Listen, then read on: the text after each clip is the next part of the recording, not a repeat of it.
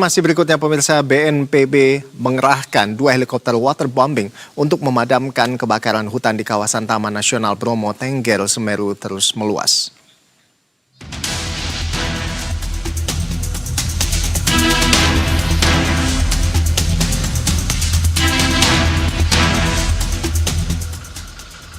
Kobaran api masih terlihat di sejumlah titik kawasan Gunung Bromo. Medan yang terjal dan vegetasi kering membuat pemadaman dari darat belum mampu menjangkau seluruh lokasi kebakaran. BNPB pun mengerahkan 2 helikopter waterbombing untuk membantu proses pemadaman dari udara.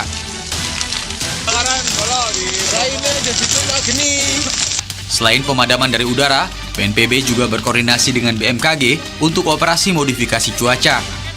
Namun upaya tersebut masih menunggu kondisi awan yang memungkinkan. Titik api dilaporkan terus meluas hingga mendekati perbatasan Kabupaten Malang dan Lumajang dengan luas area terdampak diperkirakan mencapai sekitar 50 hektar. Sudah berusaha dipadamkan oleh Satgas Darat, tetapi karena letak medannya yang sulit, ya, bahkan yang terbakar ini yang susah dijangkau oleh manusia, sehingga langkah kami berdasarkan informasi dari wilayah, mereka meminta bantuan dari udara, heli waterbombing. Untuk sementara kita akan dukung 2 unit, ya, dan saya juga akan nanti sore akan melihat langsung ke lokasi kebakaran.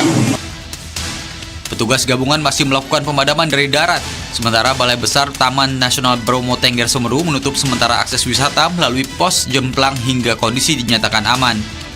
Didi Febrianto, Berita 1, Malang, Jawa Timur.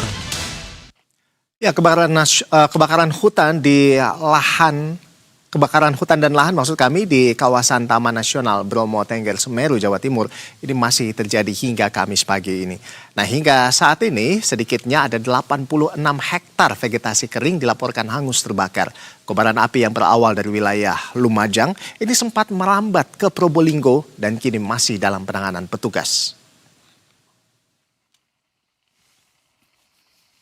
Memasuki hari keempat sejak titik api pertama kali terdeteksi, kebakaran hutan di kawasan Taman Nasional Bromo Tengger Semeru masih terjadi. Kini titik kebakaran berada di kawasan Watu Gede yang masuk wilayah Desa Sariwani, Kecamatan Sukapura, Kabupaten Probolinggo, Jawa Timur. Dan sebanyak 150 personel gabungan dari TNI, Polri, Balai Besar TNBTS, dan relawan ini diterjunkan untuk melakukan pemantauan serta penyekatan agar api tidak meluas ke kawasan lain. Medan terjal dengan kemiringan mencapai 70 derajat. Kondisi vegetasi yang kering serta tiupan angin kencang ini menjadi tantangan bagi petugas yang masih melakukan pemadaman secara manual.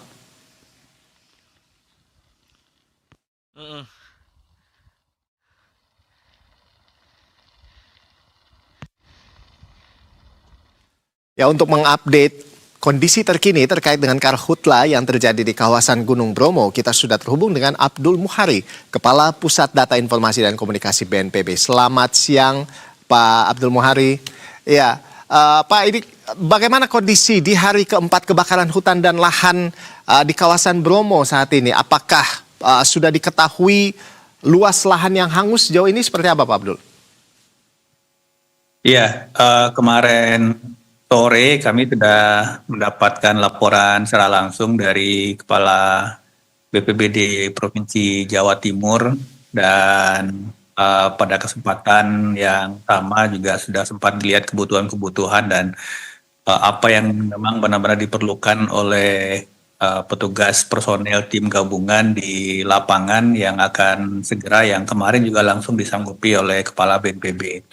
Tetapi untuk update situasinya, memang tadi seperti disampaikan ada sekitar hitungan kasar itu 80 hektar yang terdampak.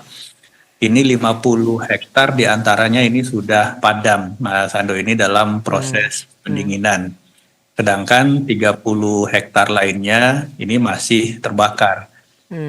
Yang 30 hektar masih terbakar ini juga kita antisipasi penyebarannya, karena kawasan yang terbakar ini adalah kawasan sabana, ya, padang rumput dan belukar yang rendah, sehingga sangat cepat terbakar kalau dibantu oleh angin. Nah, ini yang situasi yang juga menyulitkan tim di lapangan. Luasan ini cukup hamparan ini cukup luas sehingga personil di lapangan pun tidak bisa secara optimal membatasi pergerakan atau penyebaran api ini. Itulah kemarin dari daerah diminta dukungan heli waterbombing.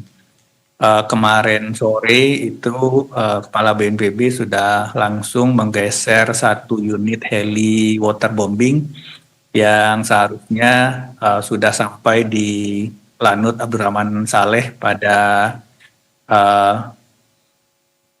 pagi tadi, dan kita harapkan mungkin mulai siang atau sore nanti itu sudah mulai melakukan waterbombing untuk mencegah penyebaran api.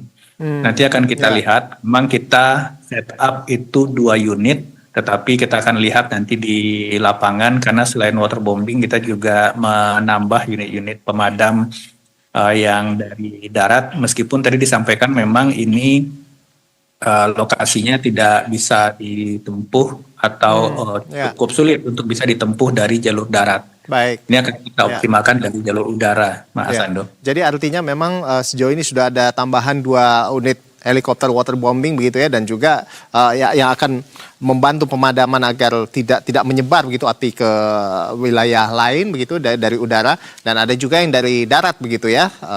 Dikerahkan upaya untuk melakukan pemadaman. Nah, selain kondisi kemarau, kita tahu bersama ini kan kemarau cukup menjadi kendala tersendiri begitu ya. Nah, selain kemarau, ini ada kendala apa saja yang dihadapi selama proses pemadaman di kawasan Gunung Bromo ini, Pak Abdul? Ya, api ini berasalnya dari daerah dengan kelerengan dengan kecuraman cukup tinggi, sehingga tim darat itu cukup kesulitan di fase-fase awal mulai terlihatnya api. Di samping daerah lereng, titik api ini juga tidak satu daerah, tidak satu titik. Ada beberapa titik yang api menyebar secara bersamaan. Tentu saja nanti kita akan upayakan upaya pencegahan dan juga kita akan minta dukungan koordinasi dari Polri dan Kementerian Lingkungan Hidup sebagai pengelola TNBTS tentu saja untuk langkah-langkah gakumnya. Tapi saat ini memang prioritas utama itu adalah pemadaman dulu, dan kita akan melakukan atau mengupayakan setiap resources untuk bisa segera dilakukan pengendalian api.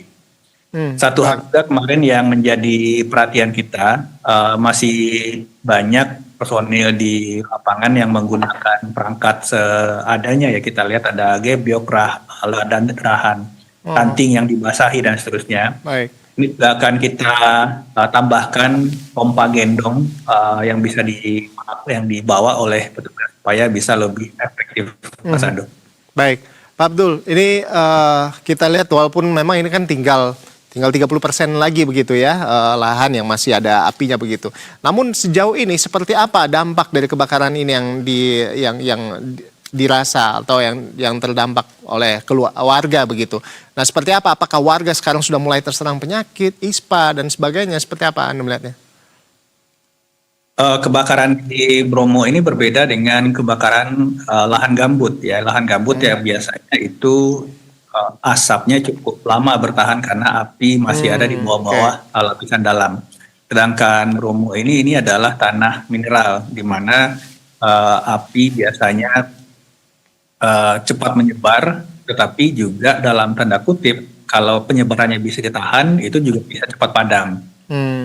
Ketika apinya padam, maka asap juga akan segera hilang karena di bawah itu tidak ada sekam atau tidak ada lapisan yang menyimpan api lagi.